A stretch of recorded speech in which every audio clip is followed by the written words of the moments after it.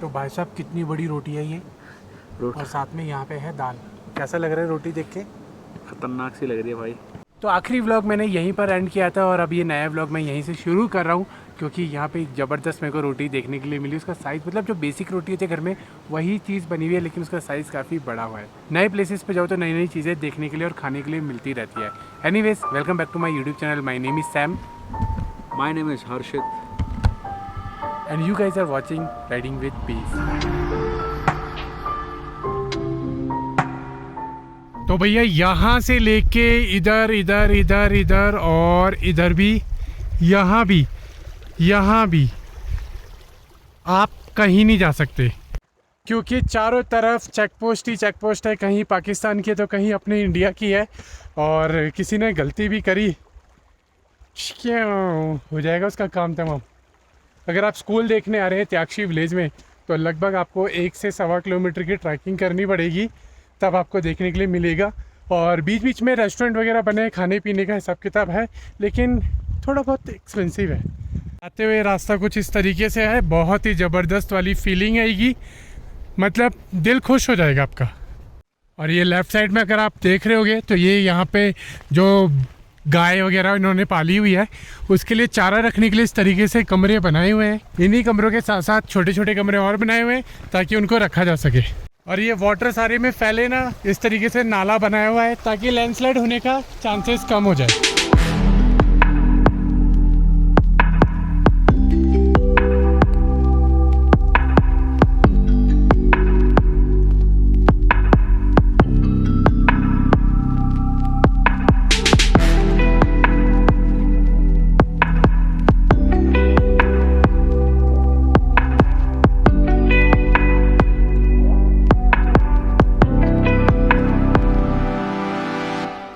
और ये यहाँ पे घर बनाए जा रहे हैं। पानी की आवाज़ बहुत तेज़ आ रही होगी आपको। और कुछ पुराने घर भी बने हुए हैं।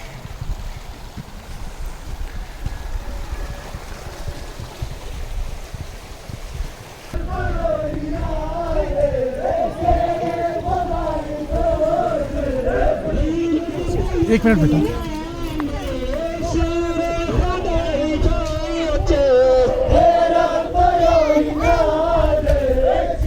अगर आप आ रहे हो तो ये वाली पगडंडी आएगी नीचे से ऊपर की तरफ, और यहाँ से आपको नीचे उतर के और ऐसे जाना है सीधा सीधा। इधर आगे मत चले जाना। हाँ, आर्मी एरिया है जहाँ पे अब ये नाला जा रहा है ना, यहाँ से उतरने के बाद इसके साथ साथ आपको आगे की तरफ जाना है।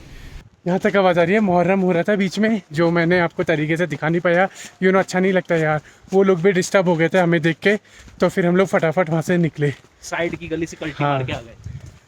एंड वन मोर थिंग, यहाँ आने के बाद किसी भी लेडी का फेस कैप्चर करने की कोशिश मत करना। अगर कोई व्लॉगर आ रहा है तो, अगर कोई अपनी मर्जी से आके इंट्रोड्यूस होता है देन बात अलग है, ज़बरदस्ती की कोशिश भी मत करना। तो ये है पार्किंग एरिया। आपकी बाइक नीचे से ऊपर आएगी और यहाँ खड़ी हो जाएगी। उसके बाद आपको यहाँ से वॉक करके इधर से होते हुए और उधर जाना है, लगभग 1.25 किलोमीटर।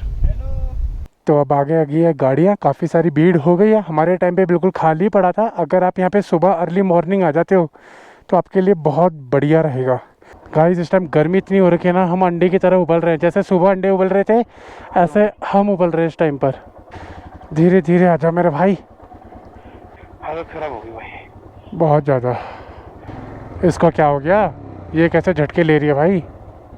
पीछे जाके ऑफ रोड है, वहाँ देख के चलना बस। भाई ये बंद क्यों हो रही है? क्या हो गया? एक और नई परेशानी क्या? हाँ भाई, वही वाली प्रॉब्लम हो रही है उस दिन वाली। अरे यार, ऐसे कैसे हो गया? पता नहीं कैसे हो गया। नहीं है, थी क्या पता, उस चक्कर में हो गया हो, ऑयल ऊपर चढ़ गया हो। टेढ़ी खड़ी, हल्की ऐसे हल्की सी तो खड़ी थी यार। वो तो इतना तो स्टैंड पे भी खड़ी होती है। हो सकता है, जहाँ तक मुझे लग रहा है। ऑफ रोड मेरी गाड़ी बंद हो गई है और मेरे को तारने में होगी प्रॉब्लम बहुत ज़्यादा। तुमने क्यों बोला एडवेंचर करते हैं? चलो पहले उतरते भाई, नीचे उतरते, सही सलामत किसी छाया वाली जगह पर जाते हैं, है ना।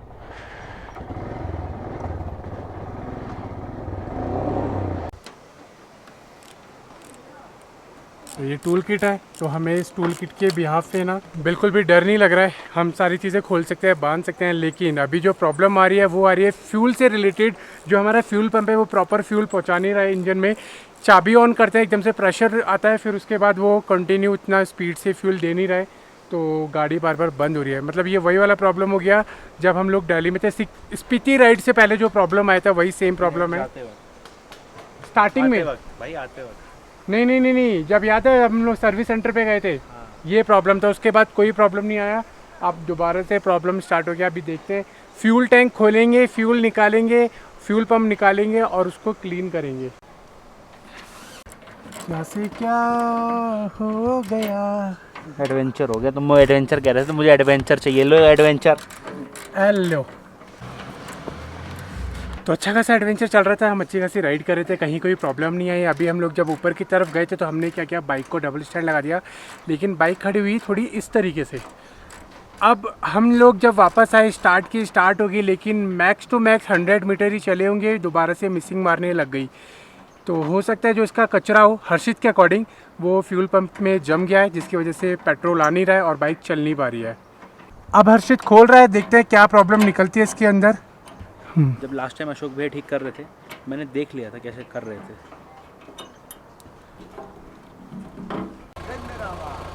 पेचकस देना। रेड वाला इधर, ब्लैक वाला इधर, ठीक है ना, याद रखना।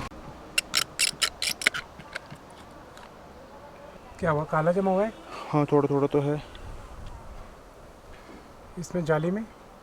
यहाँ हम लोग फ्यूल पंप को अच्छे से वॉश कर रहे हैं पेट्रोल के अंदर, और इतना ज़्यादा काला निकल रहा है।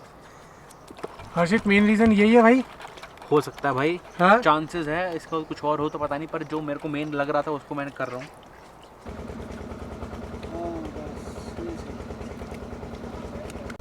तो हर्षित ने ऑलमोस्ट वॉश कर दिया है, अभी इसको फिक्स करने वाले हैं। तो फ्यूल टैंक तो हमने साफ़ कर दिया है। अब जो इसका इंजेक्टर है वो हम लोग क्लीन कर रहे हैं, इंजेक्टर खोलने की कोशिश कर रहे हैं।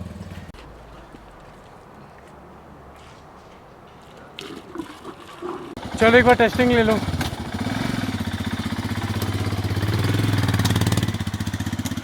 उम्मीद करते हैं अब बाइक ठीक होगी। अगर ख़राब हो गई होगी तो यहाँ पे ना, सच बता रहा हूँ, बहुत प्रॉब्लम होने वाली है, क्योंकि इसका सर्विस सेंटर ओनली लद्दाख के अंदर ही है और यहाँ से आने जाने में बहुत मुश्किल हो जाएगी। डैट मीन्स कि फिर एक जने को यहाँ रुकना पड़ेगा, एक जना बाइक से जाएगा, पेट्रोल फ्यूल पंप लेके आएगा, दैन इसको चेंज किया जाएगा।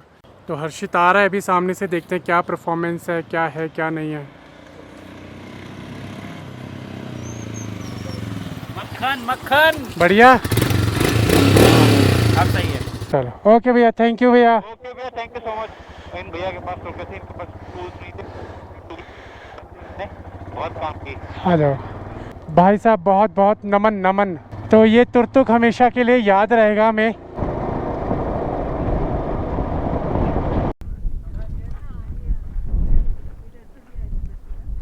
तो भैया चलते चलते हम लोग थक गए थे, और उसके बाद जैसे हम लोग रोड पे एंटर किए तो वहाँ पे पड़ा आर्मी एरिया, एंड साथ में ही बना हुआ था शियोग वॉर मेमोरियल।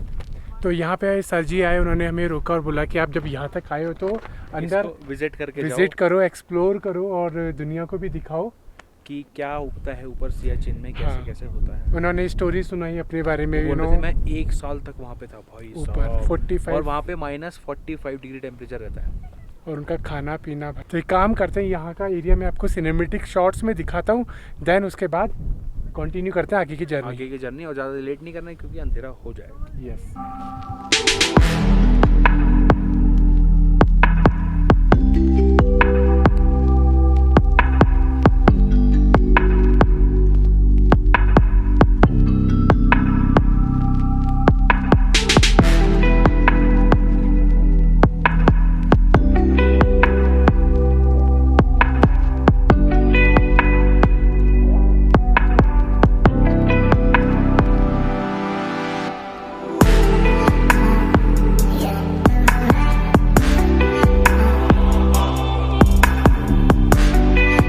सो फाइनली हम लोग ऊपर से नीचे आ गए, मज़ा आ गया भाई साहब, गूज़बम्स आ गए वो सारी चीज़ें देखकर।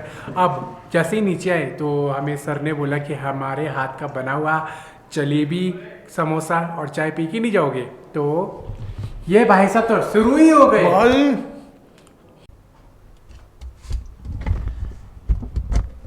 जो एक्सप्रेशन अभी आप हर्षित के चेहरे पे देख रहे हो, सेम एक्सप्रेशन मेरे चेहरे पर भी था जब मैंने ये समोसा खाया। भाई साहब इतना टेस्ट, इतना लजीज था कि क्या बताऊँ आपको। और जो रेट भी था बहुत ही ज़्यादा रीजनेबल था। 10 रुपये का समोसा था और 10 रुपये की चाय थी, और हमने जलेबी भी ली थी जो 10 रुपये की थी। एक जने के लिए एनफ था, मतलब कि बिल्कुल बढ़िया पैकेज था इंडियन आर्मी की तरफ से। लेकिन हम लोग इतने खुश थे कि जब सुबह हमने बॉर्डर देखा, पाकिस्तान की चेकपोस्ट देखी, बंकर्स देखे, तो इतने खुश थे।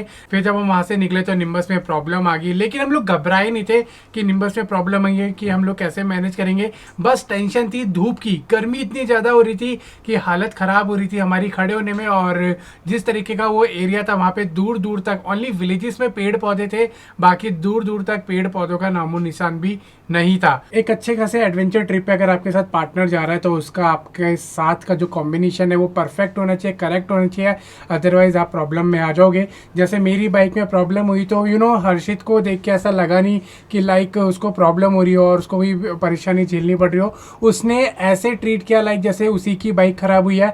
और उसके बाद जो उसने सारा मेहनत करी, उसने काम किया, तो उसने अपनी बाइक समझकर किया। अगर बाई चांस ये प्रॉब्लम हर्षित के साथ होती तो सेम वही बिहेवियर मेरा भी रहता, क्योंकि यार ये प्रॉब्लम ना किसी के साथ भी कहीं भी हो सकती है। तो जो राइडिंग पार्टनर जा रहा है वो बिल्कुल परफेक्ट होना चाहिए आपके साथ ऐसे एडवेंचर वाले ट्रिप में। उसके बाद हम लोग वहाँ से आगे बढ़े और हर्षित ने बोला कि मैं तो समोसे खाऊंगा भाई जो हमने जाते टाइम खाए थे। तो जो आपने पार्ट देखा शियोग वॉर मेमोरियल का, ये हमारा जाते हुए टाइम का था, लेकिन मैंने आते टाइम डाला क्योंकि ज़्यादा हमने व्लॉग शूट नहीं किया होता आते टाइम, और हम लोग थक भी इतना गए थे। उसके बाद हमारी हिम्मत नहीं हुई। अब बस एक फ्यूल पंप को रिपेयर करने में नहीं थके, इसके बाद एक प्रॉब्लम और हुई। जैसे हम लोग शियोग वॉर मेमोरियल से 25-30 किलोमीटर आगे गए तो वहाँ पे हर्षित का एक सब्सक्राइबर मिला और उसने बोला कि हर्षित भाई हमारी बाइक में पंचर हो गया है, क्या आप उसको ठीक करवा सकते हो या फिर कोई कुछ भी टूल वगैरह आपके पास है। तो देन आपको पता है हम लोग तो ऑलवेज रेडी रहते हैं हेल्प करने के लिए। तो हम लोग वहाँ पहुँचे, खोल डाला टायर, ट्यूब, पंचर रिपेयर सब कुछ कर दिया। और उसके बाद फिर वो रिपेयर करते करते वहाँ बच गए थे 8। ये सब कुछ तो ठीक था, लेकिन माइंड में चल रहा था अपनी टॉर्च को लेके कि अपनी टॉर्च यार खो ना जाए। एक्सपेंसिव टॉर्च थी, तो हम लोग सीधा वहाँ गए कैंप साइट पे और वहाँ पे हमने टॉर्च को देखा और वो एज इट इज टेंट के अंदर लटकी हुई थी। वहाँ से ठीक 15-16 किलोमीटर दूरी पे एक सुमूर नाम से विलेज था, नुब्रा वैली की तरफ पड़ता है।